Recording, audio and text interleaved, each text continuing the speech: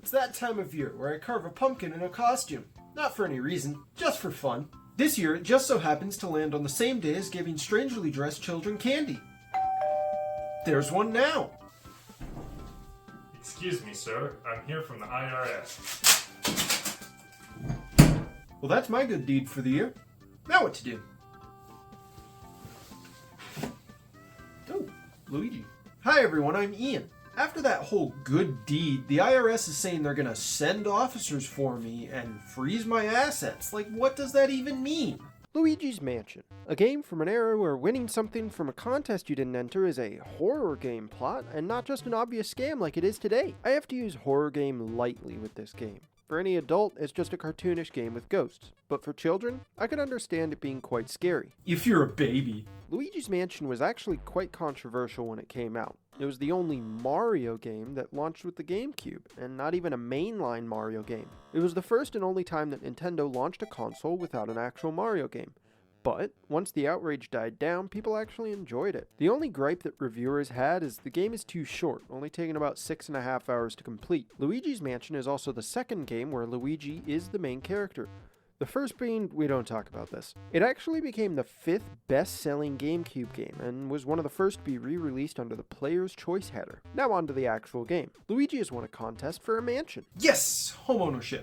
Upon arriving, he finds that it's actually haunted, complete with thunder, crows, and weird-looking trees. When you enter the house, there's a few things you can do. Press A on an object and Luigi will hit it. If you press A while not by an object, he will call out Mario. You also have a few places you can go. On the first floor you have a room with some bramble on it. Can't go in there. On the second floor there's 2 doors. This one's locked, and so is this one. What? Going back downstairs, it looks like there's some kind of orange juice mist holding a key. It flies away, and now you have said key, and some cool music when you pick it up. When you go back upstairs, you can use the key to unlock the big door, and upon entering there's some ghosts.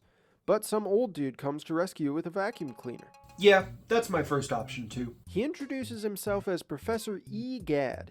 He's lived on this property since he was in his 20s, and apparently this mansion just appeared a few days ago. Now in his shack, he tells you about how he studies and collects ghosts, trapping them in paintings, but they've escaped. He also said that some guy with a red hat went in the house and hasn't come back yet. You get his vacuum called the Poltergust 3000 and head back into the mansion, of course. With all the gameplay introduced, you really just end up doing the same thing over and over. Wander around, clear a room of ghosts, get a key, and get into the next room. Honestly, this game is quite fun. Exploring the mansion, figuring out how to capture each ghost, the atmosphere, the music, the way Luigi whistles when the music isn't playing.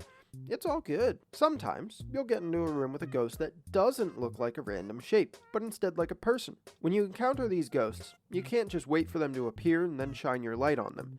You have to wait for them to let their guard down and show their heart. Each of these mini-bosses lead to one main boss for each area. When you encounter these bosses, you end up going to a sub-area that you fight them in, not just in the mansion. Each of these main bosses have something that you have to do to get them to show their heart. Most of the time it's shooting something at them. Once you capture them, you have to go back to Egad's shed and get them turned into photos, as it's the only way to keep them captured. Even though they were able to escape and make this mansion.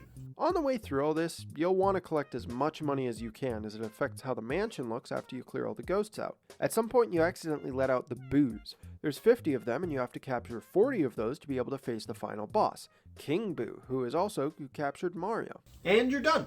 All in one day. All in all, this game was a lot of fun. A bit short, but the music and visuals were really great.